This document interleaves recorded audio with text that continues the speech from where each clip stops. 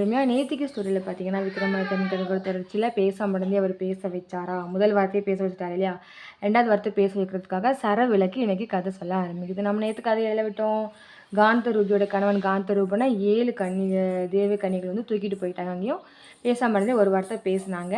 திருச்சியிலே ரொம்ப சோர்வானதுனால அடுத்த கதைய சரவிளக்கு சொல்லும் அப்படின்னு சொல்லிட்டு என்ன ஆச்சுன்னா, வேதாளம் வந்து சரவிளக்குல பூந்துடுச்சு. அப்ப விக்ரமாதித்த மன்னர் கேட்குறாரு, "சரவிளக்கி நீ பதில் சொல்லு" அப்படின்னு சொல்லி கேட்குறாங்க. அப்போ சரவிளக்கு கதை சொல்ல ஆரம்பிக்குது. அதாவது தேவக்கன்னிகள் என்ன பண்ணாங்கன்னா, அவங்க அழகுல மயங்கி தூக்கிட்டு போயிட்டாங்க. இதில 7 பேர் இருக்காங்க இல்லையா? ஒரு நாளைக்கு ஒவ்வொருத்தர்ன்னு சொல்லி அது காந்தரூபன் கூட சந்தோஷமா வாழ்ந்துட்டு வந்தாங்களாம். கொஞ்ச நாள் ஆச்சாம். அப்போ தேவக்கன்னிகள் தோணுச்சாம், காந்தரூபியும் பாவம் தானே! அவளும் ஒரு பொண்ணு தானே! அவளுக்கும் தன்னோட கணவன் கூட இருக்கணும்னு ஆசை இருக்காதா? அதனால நம்ம 7 நாள் நம்ம அவங்க கூட இருப்போம். 8வது நாள் நம்ம காந்தரூபி கிட்ட நைட்டு வந்து கொண்டு போய் விட்டுட்டு வந்துருவோம் அப்படின்னு சொல்லி சொல்றாங்க. அதுபடியே 7 நாள் இவங்க சந்தோஷமா இருந்துட்டு 8வது நாள் என்ன பண்றாங்கன்னா, காந்தரூபிட்ட கொண்டு விட்டுட்டு வந்துடுறாங்களாம். இரவு அம்மு பார்த்துடா. இது வந்து காந்தரூபிக்கு வந்து ஒரு கனவு மாதிரி தான் தெரியுது. இது நிஜமா நடக்குதா இல்லையான்னு தெரியல. தன் கணவன் வந்துட்டு போறாருங்கிற வந்து கனவுல தான் அவர் வந்துட்டு போறாரு. நம்ம அவர் கூட தான் சந்தோஷமா இருக்கோம் அப்படிங்கிற தாட்லயே அவ ஓடிட்டு இருக்கிறா. இது வந்து தேவக்கன்னிகளோட திட்டம். அதாவது தெளிவா தெரியக்கூடாது இல்லையா? அதுக்காக அவங்க அந்த மாதிரி மந்திர தந்தங்கள் யூஸ் பண்ணி அவளுக்கு வந்து முழு விழிப்பு வராம அவ மயக்கத்திலே இருக்கிற மாதிரி பண்ணி வைக்கிறதுனால அவ எல்லாமே கனவு அப்படிங்கிற மாதிரி அவளோட திங்கிங்ல ஓடிட்டு இருக்கு. இப்படியே நாட்கள் ஓடுது. காந்தரூபி வந்து எந்த நேரம் பார்த்து கர்ப்பம் தரிக்கிறா. இந்த விஷயம் வந்து அவ கூட இருக்கிற தோழிகளுக்கு வந்து தெரிய ஆரம்பிக்குது. எப்போ 4வது மாசத்துல. அம்மு பார்த்து மணிக்கு வந்துட்டு பார்த்து இது வந்து மன்னர் காதுக்கு போயிடக்கூடாது. அதுக்குள்ளே இது காரணம் யாரும் நம்ம கண்டுபிடிக்கணும்னு சொல்லி அரண்மனைக்கு சுற்றி இன்னும் காவலாளிகளை பலப்படுத்தி நல்லா தீவிரமாக கண்காணிக்கணும்னு சொல்லி தோழிகள் முதற்கொண்டு எங்கே இவங்க படுத்துருக்கிறது 7வது மாடியில் காந்தரூபி தூங்கிட்டு இருக்காங்க. இவங்க கீழே தான் யாரோ வராங்க போலன்னு சொல்லி இவங்க கீழே இப்போ கண்காணிச்சிட்டு இருக்காங்க. அங்கே தான் தேவக்கன்னிகளை வானத்துலேருந்துலாம் இறங்குறாங்க. ஸோ இது வந்து யாருக்கும் தெரியல. இப்படியே 8 மாதம் ஆகிட்டு இதுக்கு மேலே நம்ம மறைக்க முடியாதுன்னு சொல்லி மன்னர்கிட்ட விஷயத்த கொண்டு போகிறாங்க. மன்னர் என்ன நினைக்கிறாரு, ஒரு அரச குடும்பத்தில் இப்படி ஒரு விஷயம் நடந்துச்சுன்னா இது ரொம்பவே கேவலமாக போயிடும்.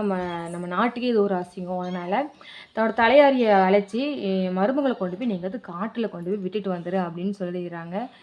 இவரும் அதுபடியே ஒரு நைட்டாக அந்த பொண்ணை கூப்பிட்டு போய் ஒரு காட்டுக்கு நடுவில் விட்டு வந்துடுறாங்க. காந்தரூபிக்கு என்ன பண்ணுன்னு தெரியல.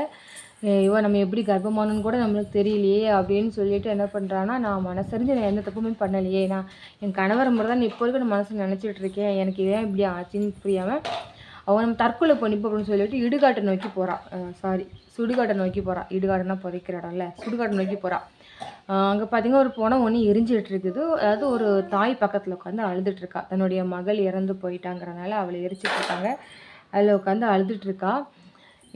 அப்போ என்ன பண்ணுறாங்கன்னா, காந்தரூபி என்ன பண்ணுறாங்கன்னா, நான் பேசாம நம்ம செத்துருவோம், எதுக்கு இந்த அவமானத்தோடு நம்ம வாழணும்னு சொல்லி அந்த தீயில வந்து விழ போகும்போது அந்த அழுதுட்டு இருந்த பெண், அவங்க பேர் பார்த்தீங்கன்னா செண்பகவல்லி, சாரி சவுந்தரவல்லி, சவுந்தரவல்லி, எல்லாம் வள்ளி தானே. அவங்க என்ன பண்ணுறாங்கன்னா கையை பிடிச்சி இழுத்துடுறாங்க. நீ ஏமா இப்படி பண்ணுறாங்க உடனே, நான் எப்படி கர்ப்பமானு எனக்கே புரியல, நான் சாக போகிறேன், இந்த அவமானத்தோடு நான் வாழ விரும்பலை அப்படின்னு சொல்லிட்டு தீயில மறுபடியும் விழ போகிறாங்க. அவங்க பிடிச்சி காப்பாற்றிடுறாங்க. நான் இப்போ தான் என் மகளை இழந்தேன், ஒன்றை பார்த்தாலும் பொண்ணு மாதிரி தான் இருக்குது, நீ என் கூடவே வந்துருன்னு சொல்லி கூப்பிட்டு போயிடுறாங்க. இன்னொரு விஷயம் நீங்கள் நோட் பண்ணுவோம், இல்லை இந்த சவுந்தரவல்லி இருக்காங்க பார்த்தீங்கன்னா, அவங்க பற்றியும் என்ன பார்த்தீங்கன்னா ஒரு விலை மாது. அந்த காலத்தில் இதுக்குன்னே தனியாக ஆளுங்க இருப்பாங்க இல்லையா, அவங்க வந்து என்ன சொல்லுவாங்க, அது எனக்கு தமிழில் பேர் ஞாபகம் வரல, நம்ம விலை மாதுன்னு வச்சிடலாம். அவங்க வந்து விலை மாது. ஸோ அவங்க வீட்டுக்கு வந்து இவங்க காந்தரூபியை கூப்பிட்டு போகிறாங்க. பிரசவ காலம் நெருங்குது. அப்போது மருத்துவ வச்சு கூப்பிட்டு இந்த சவுந்தரவல்லி என்ன சொல்கிறாங்கன்னா, பெண் குழந்தை பிறந்துச்சுன்னா நீ இங்கேயே வச்சிரு, அது தவறி ஆண் குழந்தை பிறந்துச்சுன்னா அந்த குழந்தைய நீ தூரமாக கொண்டு போய் கொன்று போட்டுரு அப்படின்னு சொல்கிறாங்க. ஏன்னா விலை மாதுக்களுக்கு வந்து ஆண் குழந்தைகள் வந்து தேவைப்பட மாட்டாங்க. அதனால் பெண் குழந்தைகளை தான் அவங்களுக்கு இம்பார்ட்டன்ட் கொடுத்து அவங்க வளர்ப்பாங்க. ஸோ இந்த மருத்துவத்தையும் சரின்னு சொல்கிறா. அதே சமயம் பிரசவ நேரம் நெருங்குது, குழந்தை பிறக்குது. மருத்துவ வச்சு குழந்தைய கொண்டு வெளியே வச்சுட்டு ஒரு மரப்பாச்சி பொம்மையை சவுந்தரவல்லிகிட்ட காந்தரூபிகிட்ட கொடுத்து, நிறைய பேர் வரதா கன்ஃபியூஸ் ஆகிட்டேன், காந்தரூபிகிட்ட கொடுத்து இதுதான் உனக்கு பிறந்துச்சு, என்னடி அடிக்காத, இதுதான் உனக்கு பிறந்துச்சு அப்படின்னு சொல்லி சொல்கிறாங்க. அதையும் இந்த இடத்துல சும்மா பேசாமல் இருந்து என்ன பண்ணுறாங்கன்னா, அது எப்படி மரத்தில் குழந்தை பிறக்கும், அது எப்படி அவங்க நம்பலாம் அப்படின்னு சொல்லிட்டு கண்ணை தவறி அவங்க பேச ஆரம்பிச்சிட்டாங்க. என்னடா அது எப்படி மரத்துலான பிள்ளை பிறக்கும்னு சொல்லலாம், அது சாத்தியமே இல்லையே அப்படின்னு சொல்லிட்டு பேசாமல் இருந்து சொல்லிட்டாங்க. இது பேசாமல் இருந்தே பேசிய 2வது வார்த்தை. அப்போ தான் ஐயோ நம்ம தெரியாமல் பேசிட்டோமே அப்படின்னு சொல்லிட்டு என்ன பண்ணுறாங்கன்னா, இல்லை இல்லை இன்னும் ஒரு வாட்டிக்கு நம்ம பேசாமல் இருந்துக்கலாம் அப்படின்ட்டு அவங்க மனசுக்குள்ளேயே அவங்க சொல்லிக்கிறாங்க.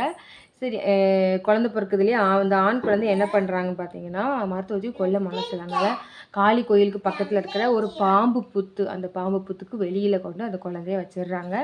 வச்சுட்டு அந்த மரத்தை சும்மா போயிடுறாங்க. அந்த பாம்பும் குழந்தை அழுகிற சத்தம் கேட்க வெளியே வருது. அது ஒரு அஞ்சுதலன் ஆகும். குழந்தைய பார்க்குது. யார் இந்த குழந்தையா இருக்கும்னு சொல்லி என்ன பண்ணுறாங்க, தன்னோட ஞான திருஷ்டியில் இந்த குழந்தை யார், எப்படி இங்கே வந்துச்சு எல்லாத்தையுமே தெரிஞ்சுட்டு அந்த குழந்தைய தூக்கி கொண்டு போய் காளி கோவிலில் கொண்டு வச்சிடுறாங்க. காரணம் என்னென்னா, ஒவ்வொரு வெள்ளிக்கிழமையுமே அந்த காந்தரூபனோட தந்தை காந்தநாதன் பார்த்திங்கன்னா மன்னர் வந்து கோயிலுக்கு வருவார். அதனால் கண்டிப்பாக அவர் இன்றைக்கி வருவார். இந்த குழந்தைய பார்த்தா கண்டிப்பாக தூக்கிட்டு போயிடுவார் அப்படிங்கிறத மீன் பண்ணி அந்த குழந்தைய கொண்டு அங்கே வச்சிருது. நாகப்பாம்பு வச்சிருது. அதோட கணக்குப்படியே பார்த்திங்கன்னா மன்னர் வராரு. அந்த குழந்தைய பார்க்கும்போது தன்னுடைய மகன் சிறு வயதில் எப்படி இருந்தானோ அப்படியே இருக்கானே அப்படின்னு சொல்லிட்டு அவனை அந்த குழந்தைய பார்த்துட்டு அள்ளி அணைச்சி இந்த குழந்தைய நானே வளர்த்துக்கிறேன்னு சொல்லி கொண்டு அரண்மனைக்கு போயிடுறாரு. இதோடு சொல்லிட்டா சரவலுக்கு சொல்லிச்சா, மீதி கதை இனிமேல் நான் சொல்ல மாட்டேன், மீதி கதையை இனிமேல் இளவரசி அம்மாவோட தலையணை சொல்லும் அப்படின்னு சொல்லிட்டு சரவலுக்கு இதோட கதையை வந்து நிப்பாட்டிக்கிச்சு. தலையணை என்ன கதை சொல்லிச்சுங்கிறத நம்ம நாளைக்கு கண்டினியூ பண்ணலாம். அது வரைக்கும் வெயிட் பண்ணுங்கள். தேங்க்யூ.